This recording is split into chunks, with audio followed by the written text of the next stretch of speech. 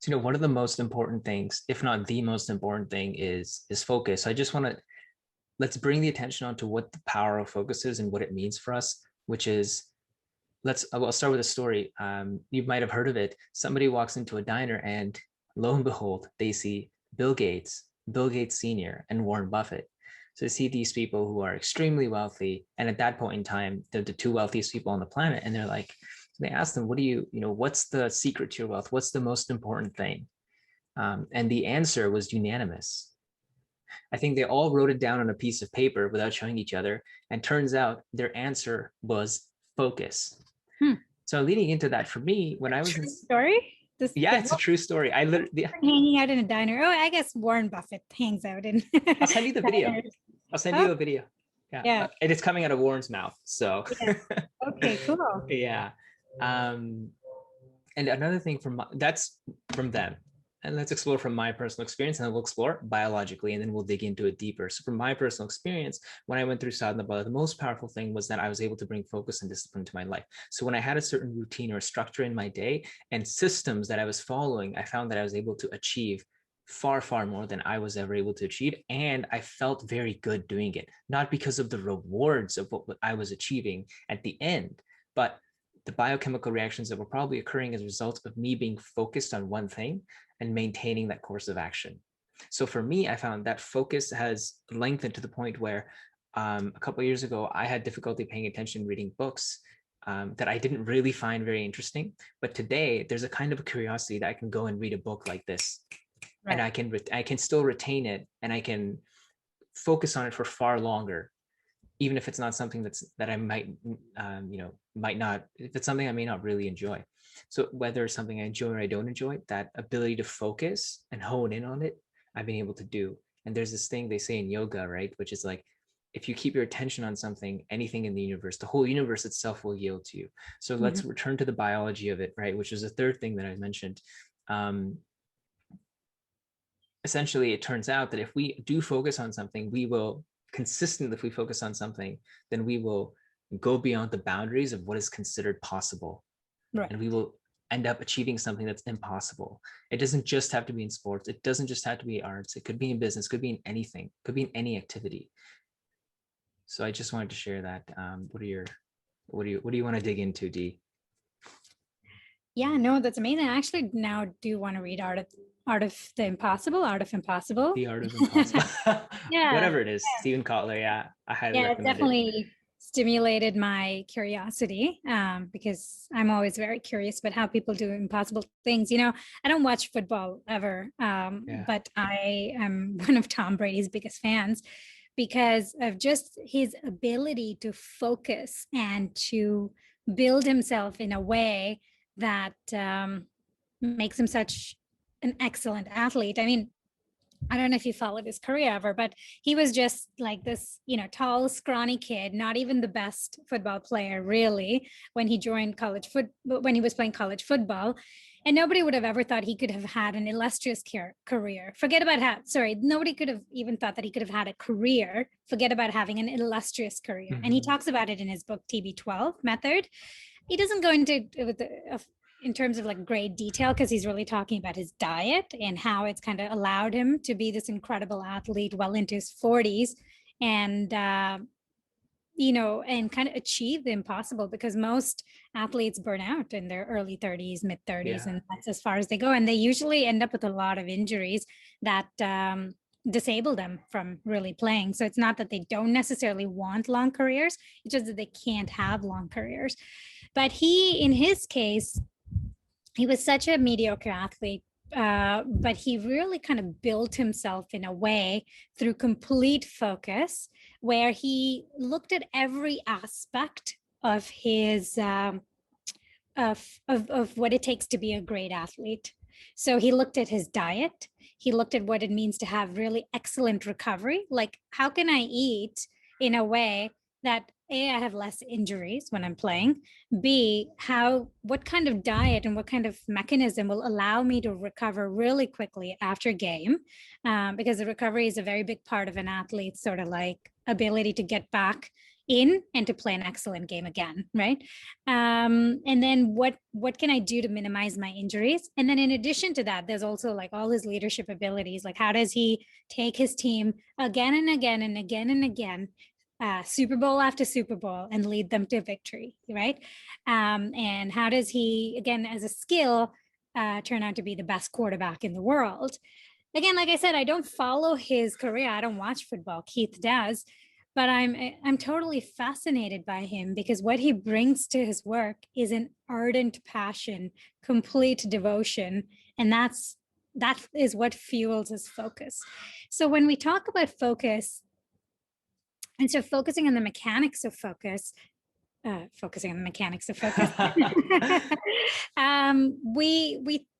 we should also talk about what is it that we want to do in our lives where we have that passion and devotion? Because when you have absolute devotion to what you're doing, focus, in my opinion, is inevitable, right?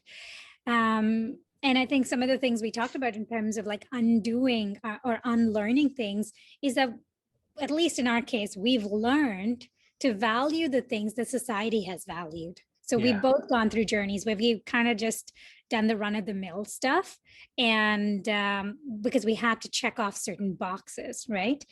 And there is no love, there is no devotion in that path, there is no passion in that path. But once we decided that, hey, this is the area of our lives that we're really going to want to do something in, then that aspect of devotion has come. And I find that focus for me is just a result of that devotion and that passion. When I have a vision that I want to pursue, in my experience, it might not be the case for everyone, I find focus is the result of that. And in studying the greats, like, just like yourself, and I think that's what we have in common, that we love to study the greats because they have cracked something, They've obviously found something that allows them not to just sort of go through life lukewarm. They're blazing, they're just on fire. They're a light to the world. Like when they achieve excellence in their fields, they just really are a light to the world, right? Because they're setting up an example and the benchmark for how a human being can reach their full potential. So I do love studying athletes. I love Djokovic, and I love his career. I love Virat Kohli. He's a cricketer. He's the captain of the Indian cricket team, and I absolutely adore him. I don't really watch cricket anymore because I don't live in India, but I love to study his career as well and how he kind of keeps himself at his peak potential. And that's one thing that I've noticed in a lot of them. They hold a certain kind of vision. They hold a very pointed, single-pointed vision, which is also focus in and of itself.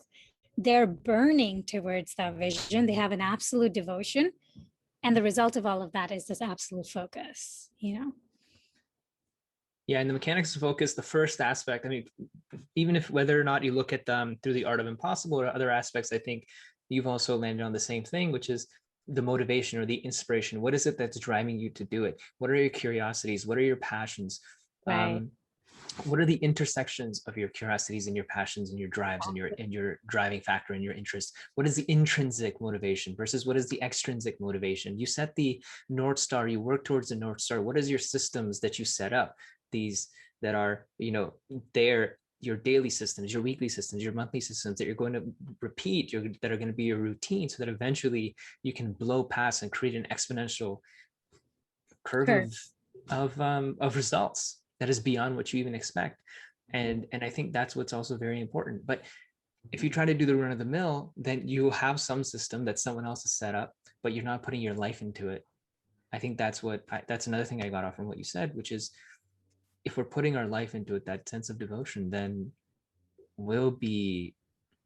that's going to create an exponential life for us and for everyone around us in ways that are unimaginable. But in order to get to that level of focus, it means we're going to have to turn inward and look at what it is that for me I tend towards. What is it that I'm driven towards? What are my curiosities? What are my interests? What are my passions? Not what someone else has told me, not what my mom thinks I should do, not what my family thinks I should do, not what society told me, not what my teacher told me that I'm good at and I should do that, not what my grades tell me, because those are not a benchmark of telling you what you're good at, what you're not good at. It's essentially something that you have to look at. like the ikigai, the intersection of what am I good at? What do I love? What can I be paid for? What does the world need? Right? Like finding these kinds of ways and asking important questions. This thing that you said about Tom Brady asking those 2 or 3 questions, that just hit me, because imagine now, maybe he's not the only football player that asks himself these kind of questions, these 2, 3 questions early on. Maybe he isn't, but he's the one who must have diligently acted on those questions and really sought for deeper answers and taken that action to get to a point where he is today. Yeah. Which, as you shared, he seems to be working. He seems to be a top player even at this age. Which at most 45, 45. Where most athletes don't make it past, I don't know, 35 maybe. I'm not sure what the age is, but yeah, there are exceptions like Federer, who's now I think in his late 30s, but I mean these really are exceptions. There was what's her name, Navratilova. Like she was like a tennis player from the 80s or something, but I was listening to her. She used to play a lot with Steffi Graf and, that generation of tennis players. And she had great, crazy longevity too. Like she played tennis for some 15, 20 years, Wow. And I think the one thing that a lot of people that have longevity, not just in sport, but anywhere is this ability to have something much deeper fueling that fire, Talk about focusing creativity for you in your business, in fast forms and with Maahi and any other ventures. Like what's been, how's that been? Like, has there been an evolution where, you've been able to intersect many different things and reach higher levels of creativity or higher levels of creating an impact in other people's lives? I think with fast farms, I don't think I necessarily created an impact in other people's lives, because I created an impact with the software. It was a really excellent piece of software. So for Salesforce administrators, people who needed to create forms, but it taught me a lot because what my first business and that success taught me is that things that are successful just come because we have sort of invested and done things one step at a time. Because at the time when you're doing things one step at a time, it doesn't seem glamorous. It doesn't seem this overly rewarding thing, right? But this idea in the 4 agreements, again, of always doing your best, which is the 4th agreement, when you do everything that you're doing, when you just do your best at the little things that you're doing every day, it adds up to exponential results. And I really saw that with Fast Farms, because like I said, we sold it within 3.5 years of me starting. And the 4 agreements had a very big impact. And of course, Sadhguru's had a very big impact on me. This idea of really paying attention to the minutiae, to the details. So I found that over time, it was exponential. I'll give you an example. With fast forms, we were very big on user testing.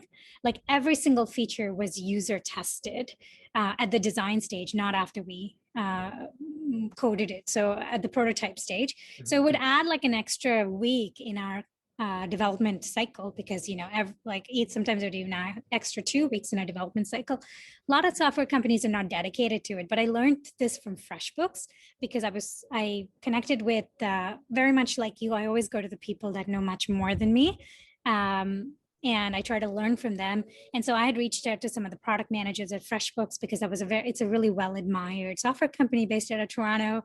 People love the software. And so I kind of wanted to build software that people love, not just any software.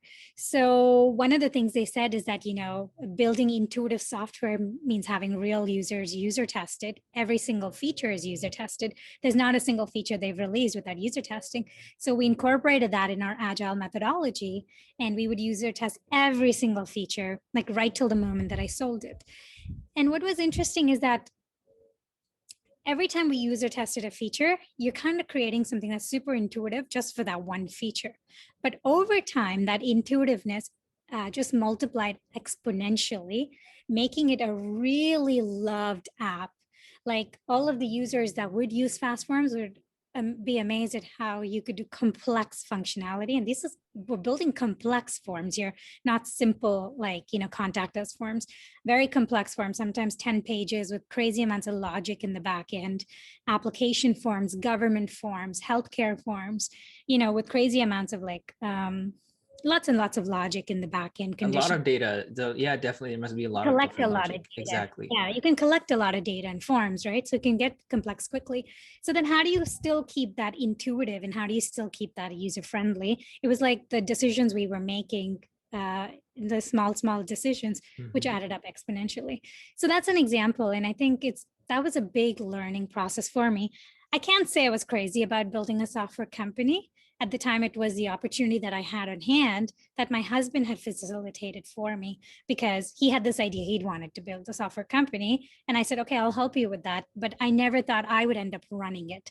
So the prototype was his idea, but pretty much after that, I took it from that stage till acquisition. So it wasn't my personal passion to build software. But your focus was there.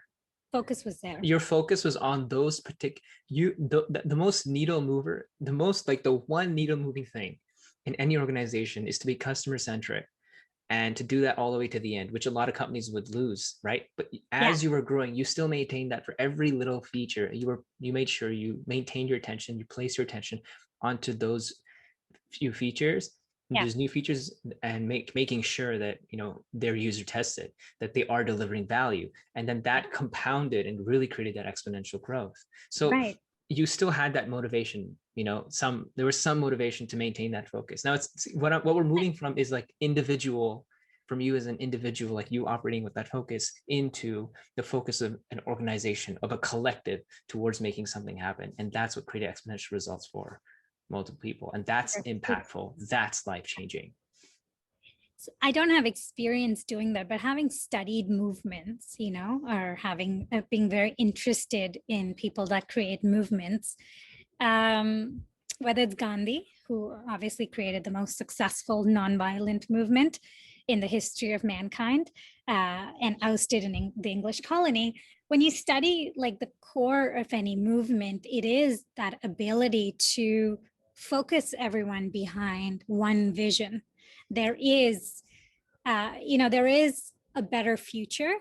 It's not the perfect future, as everyone knows, with the Indian freedom movement. It wasn't a perfect future, but it was a better future. And then being able to like fuel people's aspirations to that future. It's kind of showing them how they can use the best of their abilities to help get to that. And that when we do this in a unified way, we can get there as a collective. And of course, it's also been misused by the likes of Mussolini and Hitler.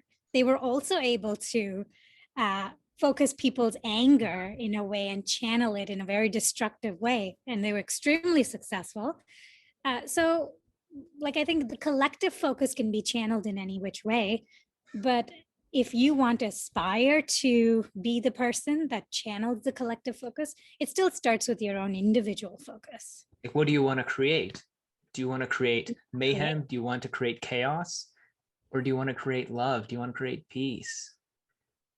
And how is that love and peace going to translate into a better, tangible life for the human beings that are involved? That's what it comes down to. That's how people relate and actually do something to join into the vision and make it happen. Because something that's tangible is something that we all see. This piece of paper is tangible. We all see that. But whatever's in your head is not tangible.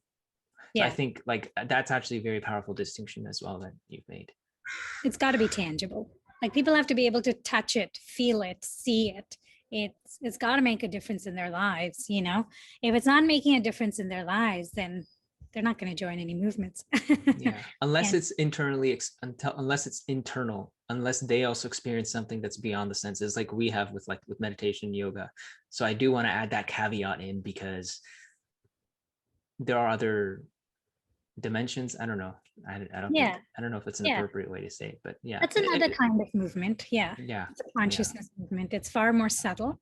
It happens more subtly, but it depends, right? What's your aspiration? Because I know you've expressed an aspiration to want to lead a movement that's tangibly impacting the world and serving humanity. So I kind of see it as an external focused Right. movement. Well, but there's always going to be something Internal. tangible that'll happen, right? It's just, Yeah. can we quantify the tangible outcomes with this particular metric and say, look, this is the current status quo and there's a future status quo that is 100x. Yeah. You know what I mean? Like, Yeah. yeah, the internal still connects to the external because ultimately it's all connected. Yeah.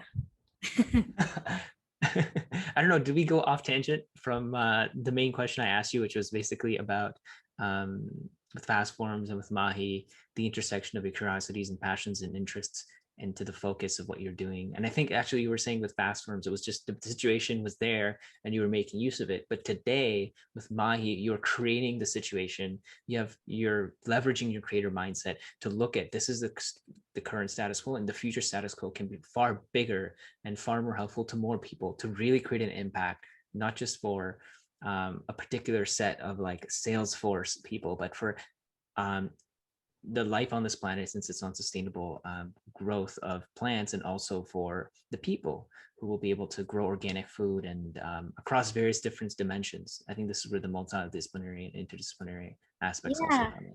Totally. I do want to say something about fast form. So a long time ago, maybe about 10 years ago, my husband and I, we were listening to a Charlie Rose show, and this Hollywood producer, I can't remember his name. He's really well known. I think it's Brian Grazer. He's really well known. Like, he's a multimillionaire. He's a Hollywood producer, extremely successful. But when he was getting started, he was just trying to get an appointment with this really well-known producer. And he was like following him around everywhere, trying to get a meeting with him. So once the producer was like, okay, just jump in my car, let's go for a ride. And then he said, okay, what do you have to show me? And he got nothing to show him. He just had enthusiasm to show him. And so he said, okay, can you get a piece of paper? And he gets a piece of paper. He says, write your name on it.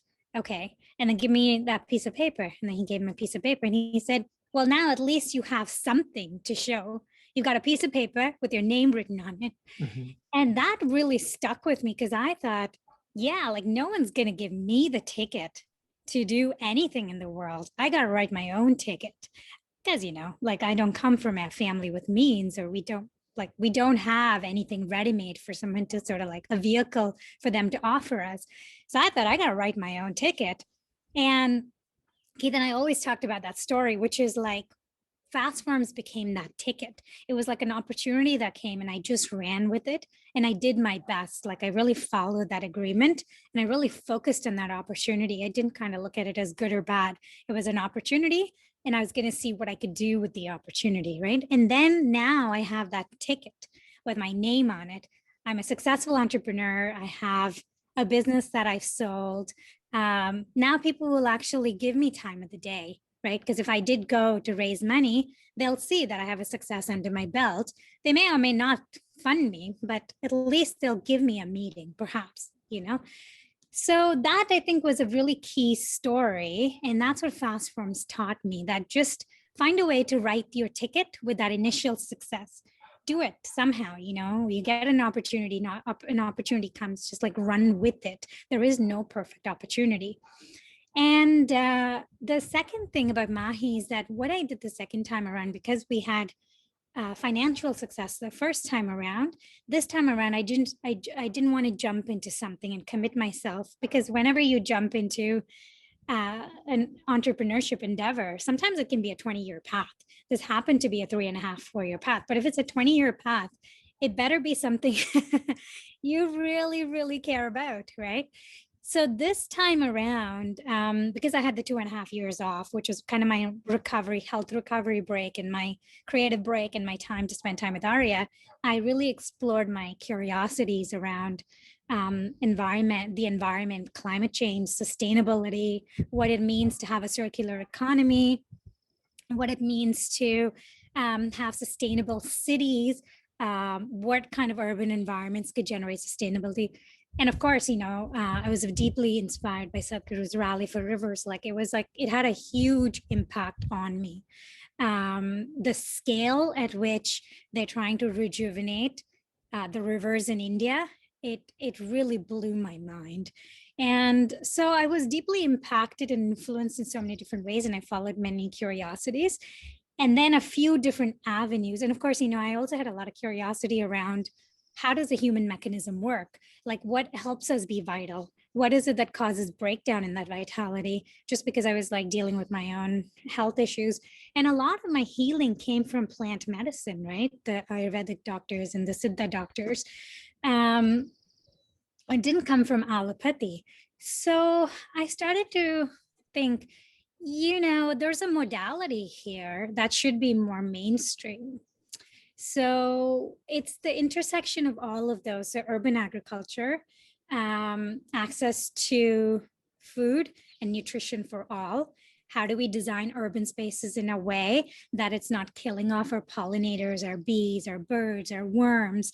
Again, if you live in an urban space, 30% of your gut microbiome has been decimated because we don't have access to places where we can touch soil, we can replenish our gut microbiome, which is what's causing a lot of mental health issues as well as physical health issues. And then there was an intersection of what does it mean to have sustainable cities, right?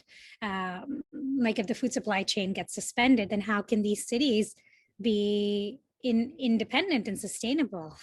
How can people be independent and sustainable? And plant medicine and access to nature, and what does it mean to have a biodiverse ecosystem wherever you are, not just going to the forest, not just going out to the mountains, but wherever you are, how can you have a global biodiverse ecosystem, which used to be there actually, right? I mean, I would think even 1,000 years ago, definitely 1,000 years ago, there was a global biodiverse ecosystem. It's only today. 150 years ago, right? Wherever we are, there was biodiversity, but now we actually have to go seeking biodiversity, which is not very sustainable for us. Because if we have such small patches of biodiversity, that means we're creating an environment that's really toxic and poisonous to us. That means we're very unintelligent. Right. Because why would we decimate the systems that nourish us? And that's kind of what we've done. We've decimated the systems that nourish us. So it's now like trying to bring all of that back. But then the challenge here is, how do you create an economic business model by kind of bringing those points to marry ecology and economy together? How do you create a business model? And I think it's one of those things, with any paradigm shift, it feels impossible when you start it. Like it's like, well, the first organization that develops that paradigm has to be the one that kind of paves the path and goes like hacks through that uncertainty. But I think once that model is created, then it becomes obvious to everybody. It's like when Airbnb created the sharing economy. Exactly. That's exactly what I was thinking. I was thinking of the sharing economy, Airbnb and Uber, and then I was also thinking of Alibaba, which is pretty much they've created that platform to do the same thing. And and it's interesting because Jack Ma always talks about first movers advantage. Like that's one of the things that he constantly talks about. It's like you don't have to be the best, just be the first. Right. So really, you're creating this as a creator of this intersection. You are becoming that the first. You don't have to be the best. But there's still a possibility to be the best. Yeah, that's the aspiration, at least. The day that I crack the code, we will have another conversation about it. But that is the aspiration. Again, I know that it may or may not be successful in this iteration. It may succeed, it may not succeed, but it doesn't matter as much because it matters because I want to succeed. My general proclivity is to want to succeed at the things that I set out to do, but it doesn't matter in the way that my identity completely depends on it. So what I've decided to do, and I understand I'm privileged, like I do understand that. I didn't have that privilege the first time around with fastforms because we had nothing to us really, we had nothing to fall back on. It's not like we weren't getting any money from our parents really, right? So we had nothing to fall back on. I had to make it a success, like our survival depended on it. But the second time around, at least because I created that ticket for us, now I can explore my curiosities and really say, hey, how do I find the intersection between my curiosities? It is a privilege. It's a luxury. I totally acknowledge it. But I also wonder, like, hey, can we introduce that to children really early on, which is they have like a gap year or 2 gap years where they go off. Like I would never ideally I would not, if she chooses to do this, then it's up to her. But ideally, I would tell Arya that after high school, take a couple of years off and really explore your curiosities, but do it in a structured way and do it in a way where you're not just doing things kind of laissez-faire because you won't get anywhere. Figure out that structure for yourself and do it in a really structured way. And then don't worry about what career you're going to choose because it'll show itself when you're following your curiosities, you know? And I can give her that platform because we have that ability too. And if parents can give their children that platform, then maybe it could be an interesting idea. So, and then you see what shows up, you know?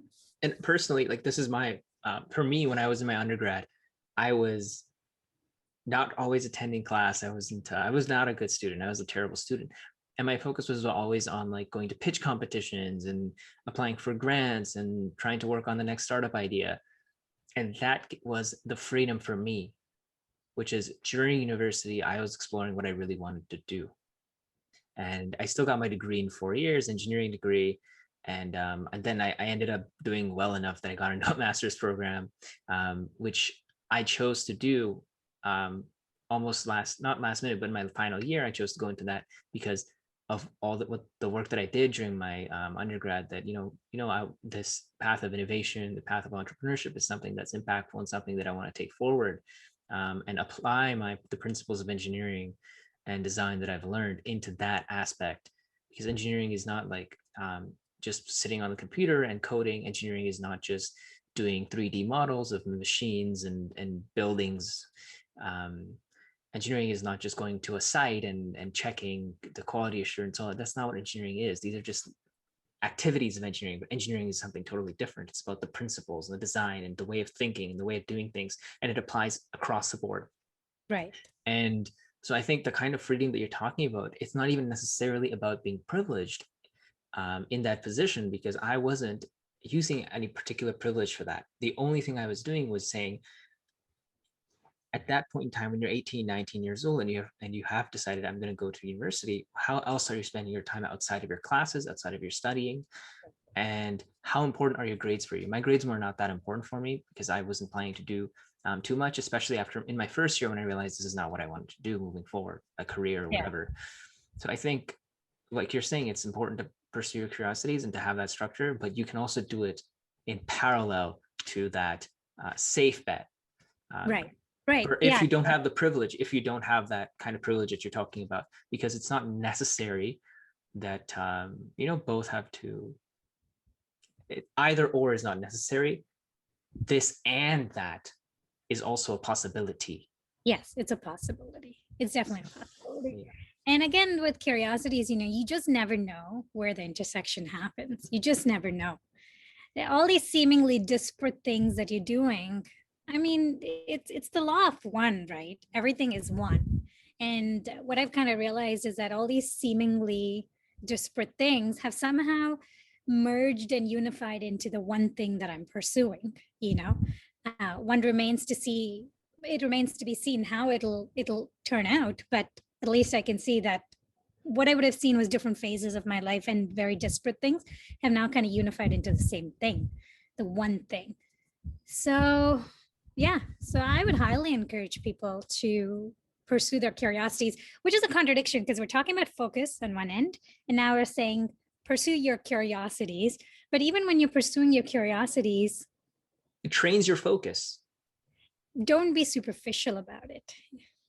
If you're truly curious about something, look at it from every perspective, really study it, become a student of that curiosity, and see how you can really understand it and imbibe it in a way that it's a part of your DNA, because that's where the true synthesis of ideas comes from. If you superficially dabble in a lot of things, that's not really pursuing curiosity.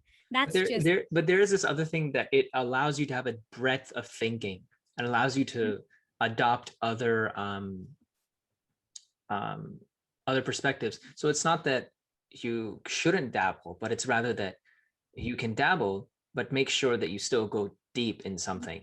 In some area. So to have breadth, yes, but also to have, so don't, basically you're saying don't ignore depth for breadth, but still, but we should still have breadth We should not ignore breadth. We should not ignore depth. We should see what kind of a fusion works for us. Because the breadth is what allows us to see, this is something I want to explore. But the depth, but I feel like for me, naturally, I've gotten deep into some things just by way of discovering it and being curious and interested and passionate and actually doing something with it. Right.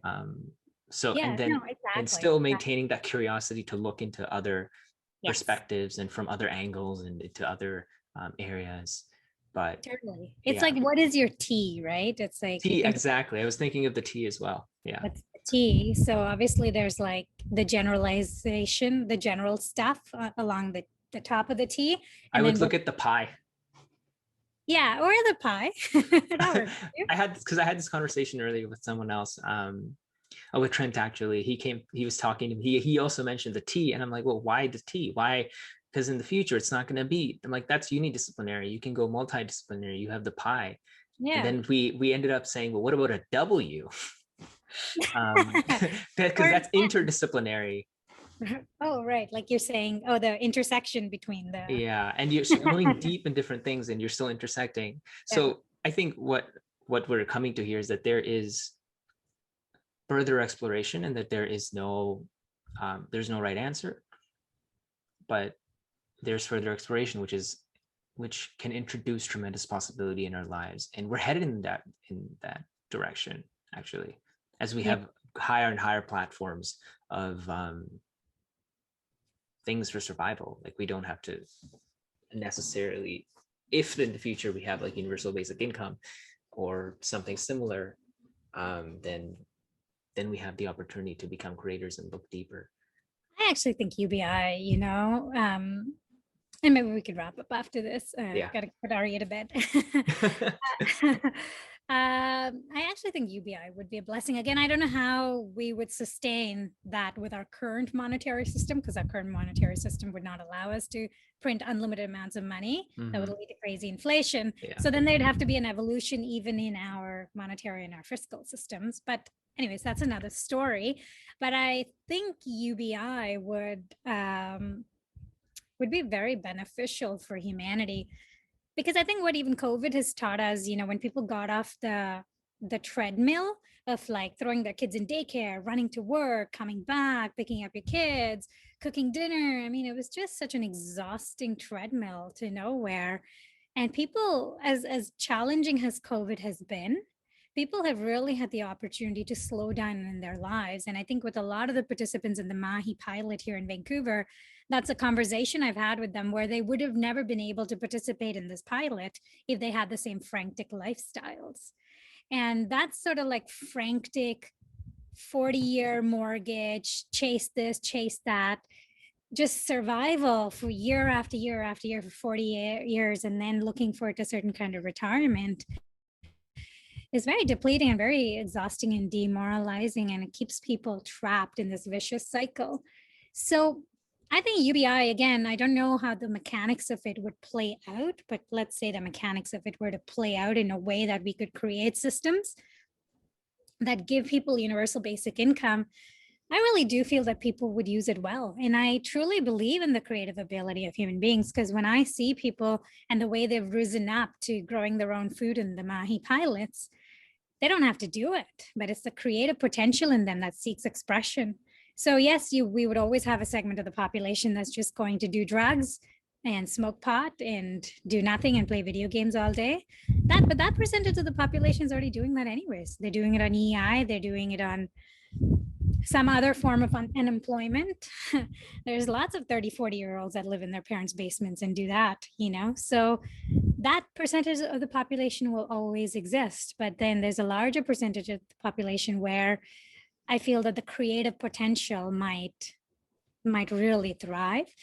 I don't know what the data says about UBI pilots. Like, it's not something I've looked into.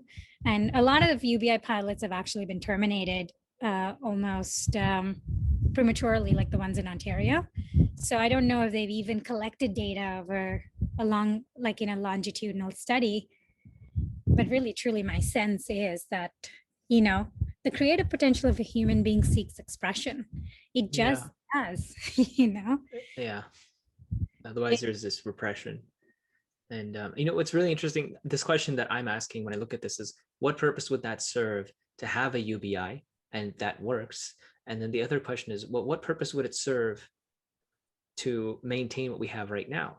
And then when I look at the next level down, it's like, okay, well, it's clear what the current system does. It's going to keep on going, and there's going to be this disparity, which is going to continue to grow. And then if we look at it the other way, okay, you give the UBI, maybe people get lazy, some people will be will have freedom to create creativity. Then it's like, well, what is it that's going to change that's going to allow them to do that? Is it going to pay their bills? Is it going to, and bills for what, right? Like bills for like devices, for food, for mortgage. So those are the three things that I'm thinking of. And utilities, obviously. So I guess that makes it four, because that'd be separate from mortgage or rent. So then the question is, how much of that can we change and support or adjust without a universal basic income? What if we were able to support people in order to get, you know, invest and create food locally? You know what I mean? Like those are the four. If those are the four main things, how can we directly tackle them with different kinds of businesses that are more restoration economy, circular economy businesses? And that way, the burden on these particular individuals who don't have the time to exercise their creative freedom can lessen, whoever that might be, right? And then those people can go and really ride up that wave, because a lot of people won't have that strength to ride up that wave out of their current situation without support. But maybe a UBI, before we even get to that stage, since the mechanics of that may not be possible right now, there might be other things we can do. But again, that would have to be localized. I think in Yeah. different regions, there are different possibilities and ways to go about it. Yeah, you bet. I don't have the answers to that, but those are the questions we continue to pursue.